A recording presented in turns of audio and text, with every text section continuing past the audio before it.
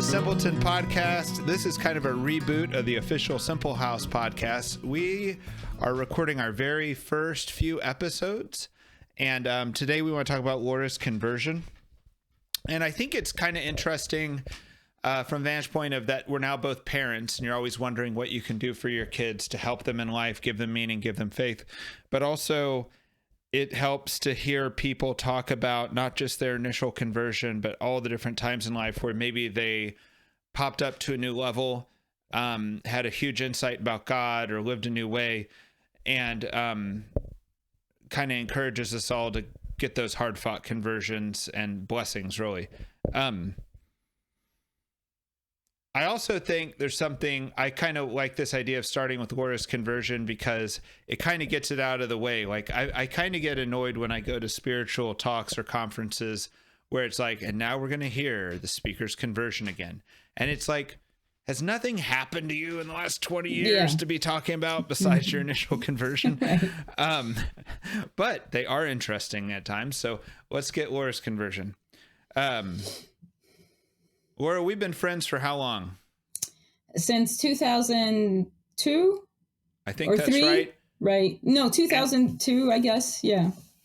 And so a long time, probably for covering a big part of your story. But when would you say was like when you first started taking the faith more seriously or converted? Sure. So I had my junior year of high school, I had this like moment that really stands out to me. Before that, like my family is Catholic. I grew up going to church. I was even like active in the youth group as like one of my extracurricular things. But I went to a pro-life march with some of my friends from school. And I want to interrupt here for a second because I'm about to describe a really pivotal point in my life, but I'm not meaning to underplay the fact that, like, my parents are amazingly generous people. There were really great and wonderful adults, like, at my home parish that were really encouraging me. I had great teachers in high school, especially two religion teachers, Mrs. J and Mrs. Wilging, and, like, these people were, part of like my conversion, but they were like waking up my faith in me and like helping me have eyes to see. But it was important that they were there leading up to the moment I'm about to talk about right now. I went to a pro-life march with some of my friends from school, and I met a Franciscan friar there, and it was snowing outside. There was like snow and ice and slush on the ground, and he was wearing sandals, and I was struck by how weird that was. And I just felt like I had to go talk to him. And so I went and I started asking him questions, and he was, explaining how they beg for food and they wear sandals and they walk everywhere and they're totally, rely on God's providence. And I had never heard anything like this or encountered anything like this. And I was like amazed and found it kind of irresistible. So one of the questions he asked me was if I prayed the rosary. And at that time of my life, I was like, no, that was not, I knew like my grandmother prayed the rosary and, but that was not something that appealed to me. And I went home and I could not stop thinking about this meeting, and something moved me to pray a rosary that night and the following night and the following night. And can I ask you, like, what was it about the meeting? Like, had you never seen someone live such voluntary poverty before? Was it like his disposition, or what was it? Sure. Yeah. I think it was like, I didn't know people were like living the Christian life that way. Right. Like, I think what I had sort of at that point gathered about the Christian life was, like youth group and pizza, that type of thing or whatever. And, so you'd heard of St. Francis, but maybe you hadn't seen someone trying to really emulate St. Francis. Not at all. And even I grew up going to public school, and then for high school, my parents wanted me to get like some kind of real Christian formation. And that was when in high school, I was like, I had never heard of a martyr until I went to high school. There was like a lot of stuff I didn't know about the faith. So I had never met anyone that was like living like that. And I just also thought like, there was like, he had kind of like a fire or something, that it was attractive, it was appealing, and whatever it was, like I wanted it, Do you know who this guy is? Like, I feel like we kind of know who the CFRs are a little bit. We even have a friend who became a nun of them, right? But do you have you ever tracked down which friar it is? Primitive Order, have you heard of those guys? It's not CFR. No, it's the FPOs or something? Yeah. Okay. And which FPO is Friars of the Primitive Observance, and I think they're based out of Boston. Yeah. So I like prayed the rosary for a few days, and it was like I felt this peace that was from without, like I'd never felt that, and I felt like Jesus was talking to me. And just like a weird thing that happened, I was like, I have to talk to this guy again. And the only, I knew his name, and he had told me that from the pro-life march, they were going to walk to Mount St. Mary's. So this is like, I like found a phone number for Mount St. Mary's. For people who don't know, he was walking from the Capitol to Mount St. Mary's. Yeah. Right? And that is a long, long way. Is that like, how far is that in a car? Hour and a half drive. Okay. So it could easily be 60 miles. Yeah. Okay. No, it is. I'm sure it is. Okay. Yeah. So I'm like, I gotta talk to this guy again. And I know he was going to Mount St. Mary. So I just found a number, like a phone number for like the university. Like, I don't know what office, like the main office. And I'm going to call and ask for this priest that is like not a part of the university at all, And so I call and I'm like, could I, his name is like Francis Kelly. So I was like, could I talk to Father Francis Kelly? And the woman on the phone is like, excuse me, Father Francis Kelly? Like, she has no idea who he is. And I was like, yes. And I'm about to start explaining like who I'm trying to, and she was like, oh, he's right here. And wow. It was like he was. Yeah, so it was like and by the way, there's probably like no fear that Father Francis Kelly will ever see this because the FPOs would probably never touch the internet, right? So and if you do see it, thank you. Okay. So right. So then this is like, for people who aren't Catholic, this is like meeting a Catholic Amish person. Yeah, exactly. with different attributes, they have a different style, but yeah. I mean, for people that are Catholic, right? Because I don't. Right. Who knows about these guys? Not that many people, but so I got his information and we exchanged a couple letters, and he told me in one of his letters he had this like dream job at a newspaper. Like it was like the job he had always wanted. He had this dream job, and like he felt like he wanted something more, and he left this job to be. What newspaper it was? I don't remember. I wish I had those letters. It was like the New York Times or something. Like it was like a big. I think it was a big deal, and yeah.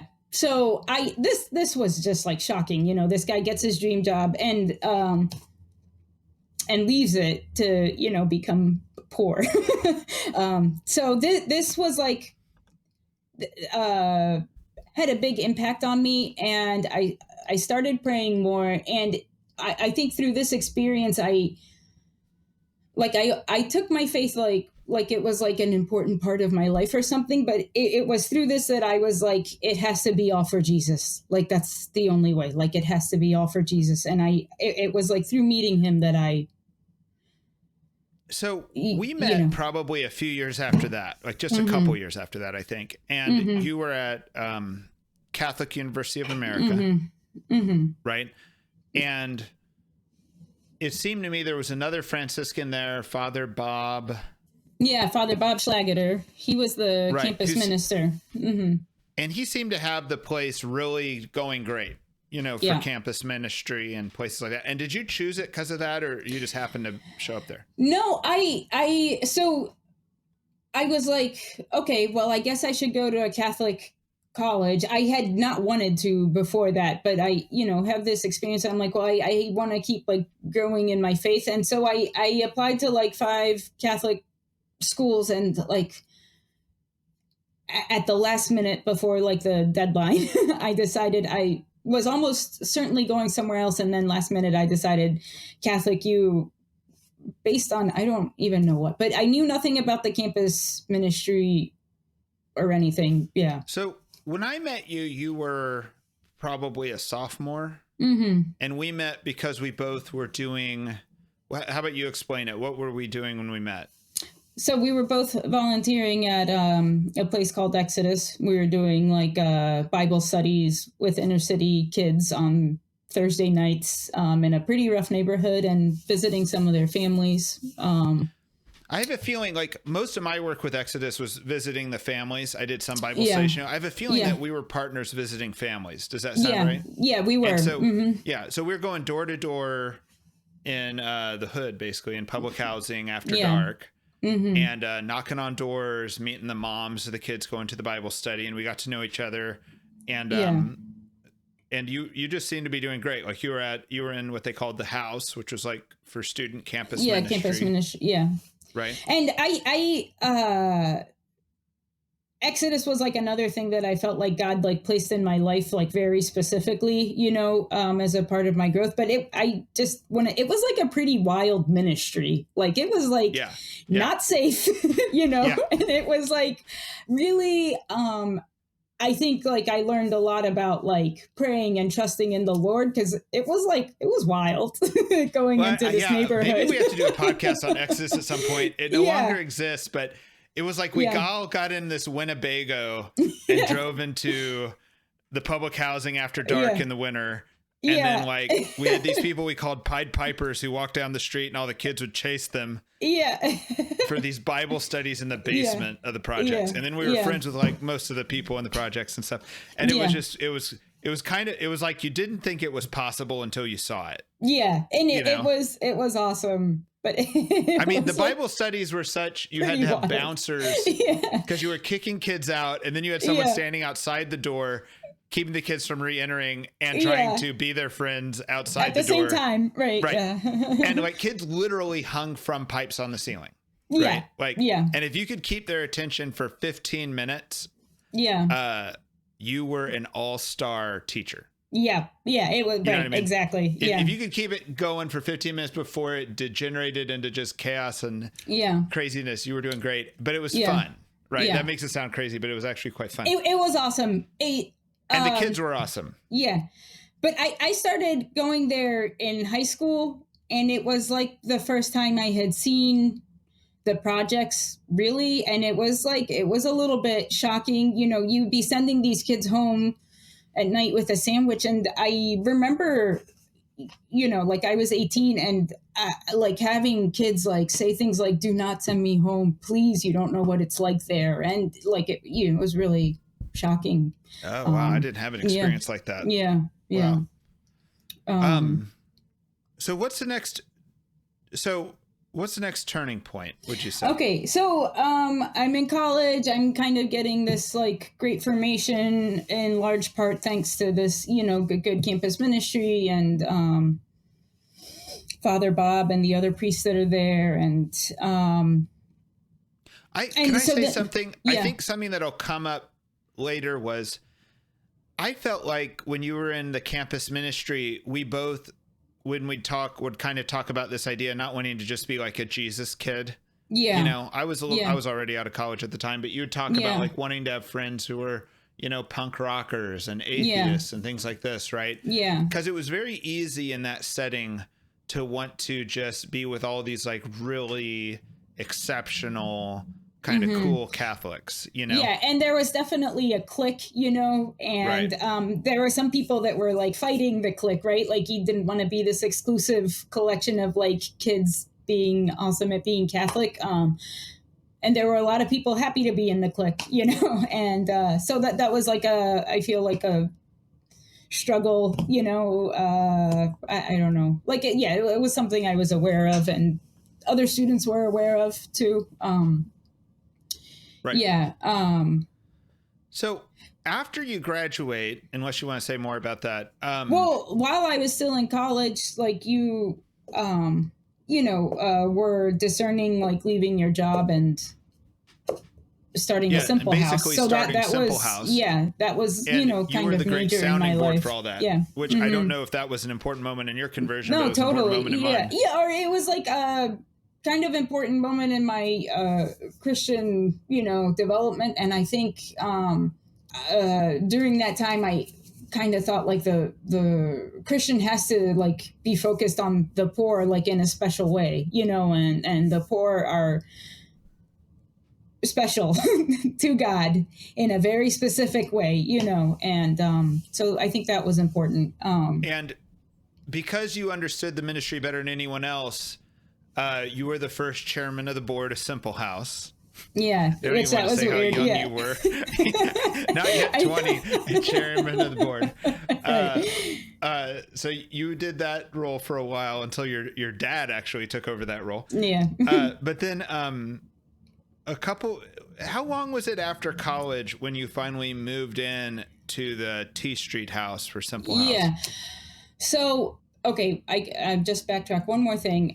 So I was like trying to like do the campus ministry thing and like grow in my faith and everything, but I was also like hanging out and like going to parties and bars and stuff in college. And so I had this kind of split thing going on, maybe, I don't know. And so when I graduated, I had this plan that I was like gonna like travel in Europe and then like go surf in Costa Rica and all this stuff. And I worked during the summer after I graduated. Then I went like in the fall, spent the fall like hanging out in Europe, and then go ahead. What was happening at Simple House at the time was there'd been these historic Catholic workers that were in row houses near U Street, which is kind of, for those people who don't know DC as well, it's kind of near the nightlife, Adams Morgan area, but it's also like on the outer reaches of like the DuPont Circle, like Revival.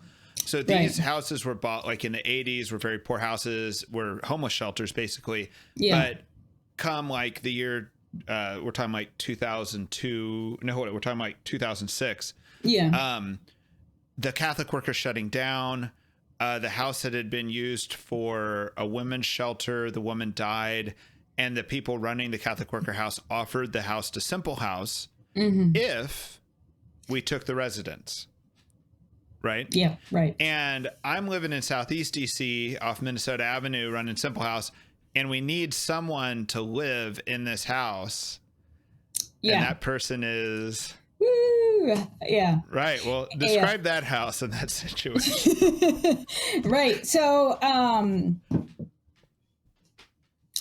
so this interrupts my like boho plans, right? And I was like not trying to move into there, but I felt like God was like kind of, nagging me a little. So I move in. I think I told you like, okay, like 4 or 5 months until we get another like full-time volunteer. Right. And this house was crazy. It was like, years of people, homeless people living there, all kinds of people living there. And I mean, there was trash in the house. It was rat infested, like really rat infested. We think there was a pipeline of rats from the sewer getting in the house, and we did everything we could to try to figure it out. We tore up floors, poured new concrete, tore up sidewalks, poured new concrete, and we could not keep rats from just invading the house. And they were all different rats. They weren't like they lived in the house. They just visited. I mean, and we were horrible. Like trapping rats. There was a closet that we called the Rat Hotel because it was so disgusting. I cleaned that closet. So did I. I bet that closet was cleaned 5 times because it was so horrible. It was so horrible. I mean, you were shoveling the rat poop out of that closet. I mean, basically. And the dead rats. It was. Oh my gosh! It was disgusting. We got to stop talking about this. Okay, right. All right, sorry. let's talk about. Yes, we're gonna people we had a lose their couple appetites. great ladies who lived at the house that were your housemates. Yeah. So one of the formerly homeless women, they actually, right before we moved in, she was like able to find like housing at a more suitable place that was run by a different organization in the city. But then there was like Lucy was living there, and she was extremely paranoid. I think her official, she was officially diagnosed as schizophrenic later on, and she did not trust us. She did not like us, and she said all kinds of like, it was just crazy living with her. I felt like she started to like you, but like if someone left for very long at all, she would be convinced they died. And then when they came back, she would be like, a ghost came. They don't know they're dead. You know? Yeah, right. So yeah, one of her lines would be like, she doesn't know she should stay dead. Right. So it was kind of creepy living with her, but she was really nice. Like I don't want to, she was very nice. She was very sweet, you know, in some ways. Yeah. And then, I like loved her to her annoyance, but you know, I feel like I cracked the code, you know? Right. Yeah. And I remember that there was this guy who I would love to meet again. He had a great name. His name was Karma Wangchuk, and he had helped take care of them before we took over. And one of the things he did one day is we could never figure out how Lucy would get like cigarettes and things like that. We couldn't quite figure out what was going on. And so one day he waited until the beginning of the month when like disability payments would go out, and she hailed a cab. Is that right? Yeah, it was actually Lawrence figured this out. He followed her in his truck. Carmo did. Okay. So Lawrence followed her, and she goes all the way across town through this real wide, twisty way, telling the cabbie where to go. Yeah. Like and ends up at like a liquor store, right? Right. Yeah. And then there's like some exchange of like, write this check, and then she gets a bag of like, you know, weird old clothes and like bologna. And she'd throw away a big bag of her old clothes. Yeah. And get a new bag of used clothes every month. And she would like wear it for a month. Yeah, right. And this is like a complete mystery. Like we have no idea why this is happening. We don't know who these people are, but she lives with us, right? Yeah. And then we started, we weren't her caretaker. We were her roommates. And it was none of our business what she was doing, and she made that clear. Right, yeah. Okay. So we didn't know she was being taken advantage of as part of the problem. Right, yeah, we were afraid of that. Mm-hmm. But then she got a guardian, right? So yeah, she had some kind of health issues, and it became clear that we did need to do something, you know, about that. And so we contact the city and, you know, go through all these. It was kind of a difficult thing to do. A lot of phone calls, a lot of, you know, people. But she ends angry. Up with what? Like an Asian woman who's a lawyer. Yeah. So and so she becomes her legal guardian, and Lucy hates her. And we find out that Lucy knows a lot of racial slurs. Yeah. And the poor lawyer would come in, and you knew it wasn't Lucy's fault, but Lucy was just like lay into her. Yeah. And you knew it wasn't the lawyer's fault, and you also knew that Lucy, it wasn't really her fault because she was disabled so much. But it was just like wild. Yeah. And then eventually you became her guardian, right? Yeah. So the lawyer transferred guardianship to me, and and you know, Ryan and I thought like whenever we moved like into our family home, that we would have her move with us. Like, you know, we wanted her living with us. And so Ryan's a longtime Simple House missionary, and Lord Ryan eventually got married. Yeah. Just that's like spoiler at the end of this. All right. Spoiler. Yeah. So, but yeah, we wanted her to live with us. We wanted our kids to grow up with her. But so this lawyer had helped her get some like medical care, but eventually she collapsed one day, and this was the first time we were ever able to get her to go to a hospital for them to get, you know, like a full sort of idea of her medical issues. And so then we were able to use this as an opportunity to get her in a home where she could get more full-time medical care. And that was like what needed to happen. And it was also very sad. And was there a mystery? Yeah. Was it her that the old Catholic worker house was called the Mary Harris Catholic worker house, and we started to wonder if it was secretly named after Lucy? Yeah. And because I don't know Lucy's what real name was Mary Harris. Is that right? It was Mary Lucille Harris. Yeah. Yeah. So that just blew our minds because we knew it was the old Mary Harris house. Yeah. All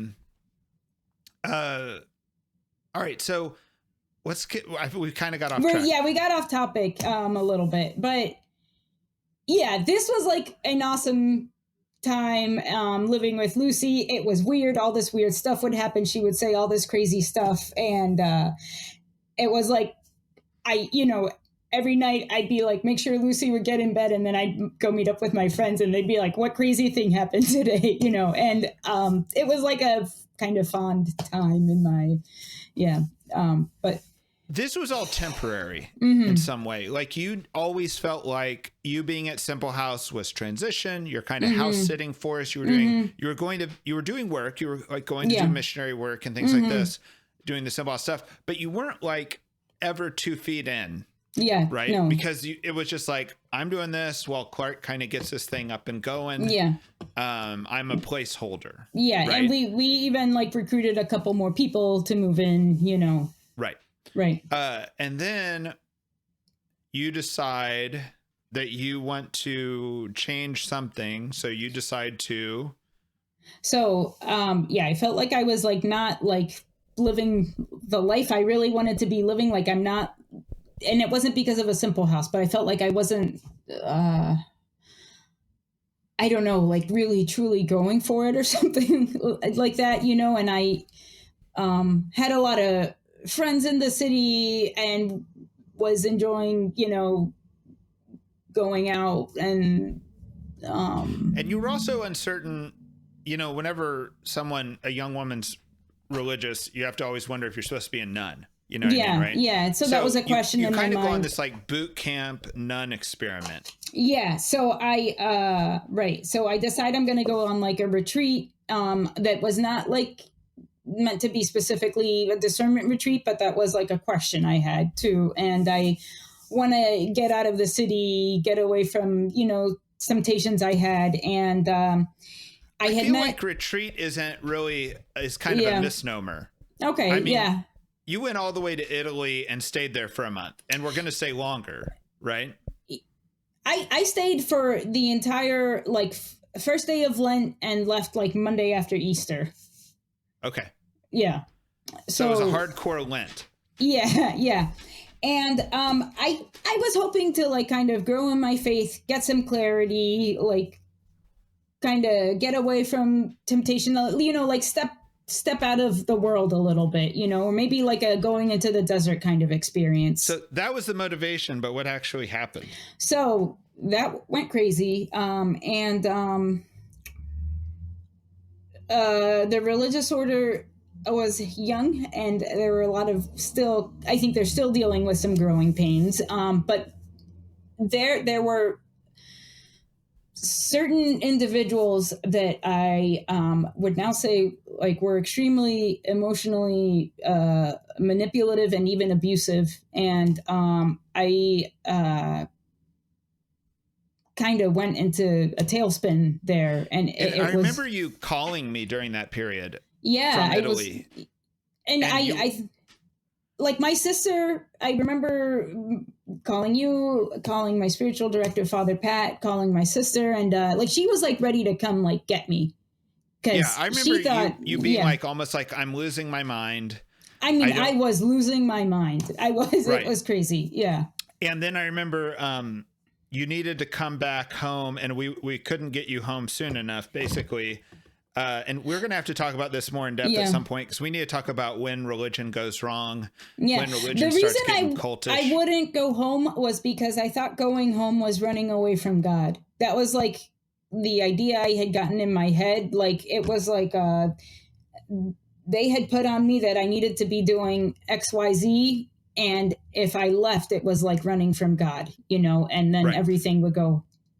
And I ended up leaving like 5 days before I was scheduled to go home because I was like, could not it was like beyond my breaking point, like I had broke, but it was like I couldn't, and I just like showed up at the airport and I was like, get me home, and I had to pick you up from the airport. Yeah. And it was like my parents for 30 minutes before you walked in the door at your home. Before I saw my parents, right? And it was like they didn't know what had happened to me. Like it was I can't imagine for them, but I was like totally had fallen apart. Mm-hmm. Like I said earlier, we need to go into this more in depth at some point, because this was really bad, and people need to be able to call a spade a spade if they ever get in a situation like this. Yeah. But that's not really the point of this one, so we're saving that story.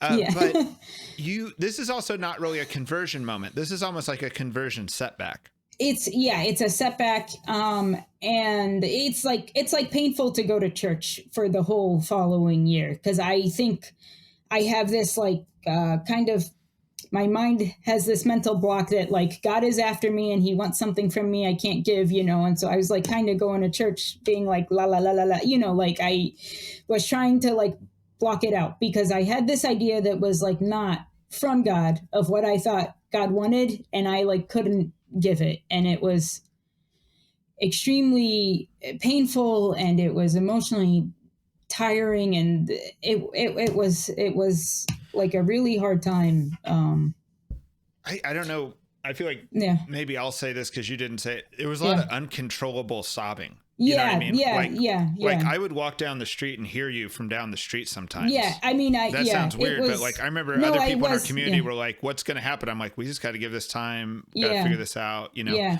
and so I went to therapy for all that year. Like that was I remember thinking like, this is a spiritual problem. This isn't a psychological problem. But there was like one day where I like called my dad and I was like, I can't, like, I don't know what to do, and he said, you're going to go see a psychologist. Great. And it was both. It was like a spiritual problem that caused a psychological problem. Oh yeah, absolutely. Yeah. And I mean, right. They're not so separated. So then I shouldn't be the narrator, I guess, but I want to get here to move this. You kind of got back on your even keel, and then, or mostly on an even keel. And then we had this interesting opportunity where a reporter from the Washington Post came, who we love. We're so friends with her. Her name's Dara Johnson, great reporter. Although the story we have mixed feelings about, but great reporter. And she was for Washington Post magazine and had the ability to like embed with us for almost a month. I think at least 2 weeks. I think it was a long time. No, it was a long time. Yeah. And I think it's 2008. And she kind of embeds with us. I remember driving around with her, talking to her all the time, stuff like that, right? And at the end of this, she publishes this story. Yeah. Where Laura becomes the cover girl on Washington Post magazine. This was like so embarrassing. It was so embarrassing. It was kind of embarrassing because Laura was like the 3-dimensional person at Simple House. Yeah. Because it literally said you had like stiletto heels and like monk sandals or something, or flip-flop, and you had to like choose between the nightlife and the holiness. Yeah. And I was called a Boy Scout, Yeah. And I wasn't treated the worst. Like there were other people in our community who were just kind of brushed over real quick. Yeah. I embarrassed it caused some a couple of my problems friends in our community the way we were all portrayed. But I kind of embarrassed understand. the guy I was dating. It was like, right. It probably also got you some guys asking you out though, because you were. It did. Cover girl.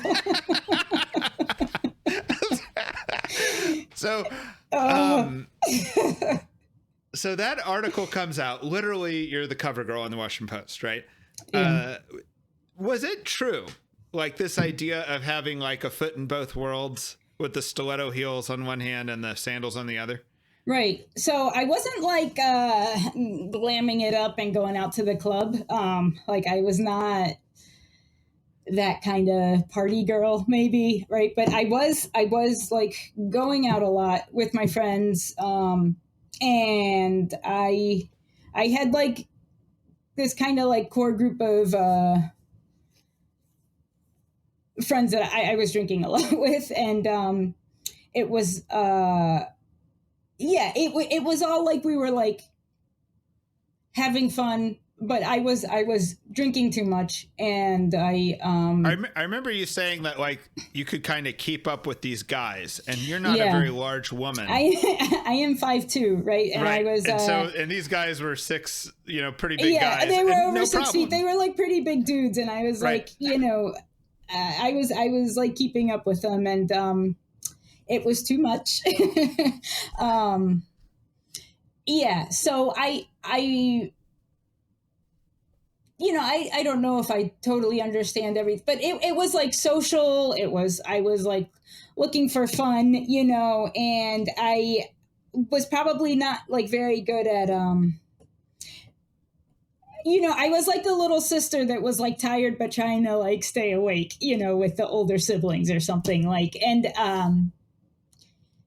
I had like a hard time saying like, I need to go home now, or I should not keep drinking with these guys. I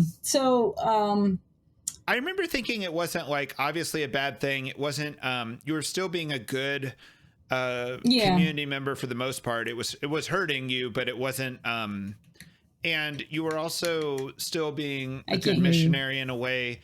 They were saying about it, like, I'm struggling to say that it was both bad and not terrible in a sense, like it was holding you back. But it reminded me of like G.K. Chesterton, where it's like there's kind of a celebration of having a pint at the pub. And it's kind of a celebration way of living, which has a point, but as a way of life, it's kind of the opposite almost of a St. Francis, Right. Yeah. And it was like I was like having fun. I was whatever. There was like some kind of level of happiness, like from hanging out with my friends, but I was hanging out with a lot of people that were not Christian or pursuing the Christian life during this time. And, so. Which isn't bad in and of itself. It could be actually good. But it's like if I maybe went to the bar to have a beer with a friend that was like one of my Christian friends, we'd have a couple beers. Not a whole bunch of beers, Okay. So I remember you saying like we were talking about it because it was starting to interfere with some of the stuff at Simple House. And I remember you being like, my problem is that at midnight I should go home, but then someone offers to move the party. And I think now is the difference between a good night and an epic night. Right. But really, it almost was never epic. Night. Right. Yeah. It was almost never epic. And then you couldn't do anything the next day because you came home at 4 or something like that. Right. No, exactly. And it's like, like now it's kind of like, remember that night, or whatever with some friends. But right. Like they were like epically bad is what they always were, Always epically bad. Okay. Right. I don't know. Yeah. Like it was just like, right. Why did I stay up? It was like not ever worth it, So we're kind of painting this, but this actually became a big problem. Like it became your main spiritual thing you were going to work on. Yeah. Like I felt like this was holding me back. I wanted to stop. I didn't totally like, I didn't like the way I was acting. I didn't like who I was, when I had too much to drink. And I felt like I was like, had these two pools and like one of them was God and one was like, the world. And this was like causing a lot of like interior tumult. But I felt like I couldn't like, something was holding me back from like giving myself all the way over to God, even though I knew that was like the thing that would make me happy, I felt like life was going to have to be this like kind of compromise, like this sad compromise or something. So what changed? Now we're back on path, what was the thing that went differently? So, there have been times where I've been like, okay, I'm not going to drink for the month of February or something, shortest month of the year. Or like, I'm not going to drink this Lent. And it always like, something would always like thwart it. And, this kind of made me feel like a failure. But one specific Lent, I decided like, okay, I'm doing it this year. I'm like not going to drink this Lent. And at the time, I was hanging out a lot with this friend who was not Catholic or trying to live a Christian life or whatever, but he was interested in spirituality and took spirituality like he took it seriously, you know, that someone would make a commitment and they ought to keep it. And so where I had been like more lax about kind of these commitments that I had made in the past, he like took it seriously that I said I wasn't going to drink all these days. And so we keep hanging out. And it's like I was like going to the bar with my friends, but like trying not to drink. And if somebody would be like, hey, you want a beer or whatever, I'd be like, and he'd be like, no. Don't offer her a beer. She's not drinking. She's made a promise to God. And it was like kind of this like dramatic, you know, embarrassing thing. But it was this friend that like held me accountable. And there's like a lot of like kind of graces came through this, like for me personally, but also like that there were just like, he was like very vocal about it, which like really embarrassed me. But then like people were like coming up to me at bars being like, I used to be Catholic and this makes me think maybe I should do something for Lent, or, you know, and like lots of people, not just one. There was a friend of mine who owned a bar, and I think he was like kind of depressed and his like didn't like where his life was. And he said, like, told me later on that because of that, he like quit drinking for 5 months. And so it was like, there were a lot of graces for a lot of people. And I was also like, you know, I had a regular-ish prayer life, but, you know, staying up late and like getting up early to pray are not totally compatible. And so then I like really like, am like really like going for it with my prayer life and like praying a lot. And I had this like thing holding me back that I couldn't give myself fully to God. And I was afraid, like being at a simple house, it was like kind of a weird life. I thought like, no one's going to want to marry me because I'm doing this weird thing. And how would I find someone like, I don't know. Basically, I was able to say like, yes, God, I am here. I am serving you. I'm doing this. And who cares if I don't get married? And who cares if my life is like never, you know, whatever. It was just like I was able to fully give myself over to God during this Lent. And so that's kind of like, so we started the story in about the year 2000, right? Meeting the FPO friar on the mall or during the March for Union Life, Station, right? Yeah. Okay. And we're ending, and that being a big turning point for you. Yeah. And then this Lent with your friend who went into bars with you and yelled at people not to let you drink. Yeah. Is kind of the capstone of this, right? Yeah.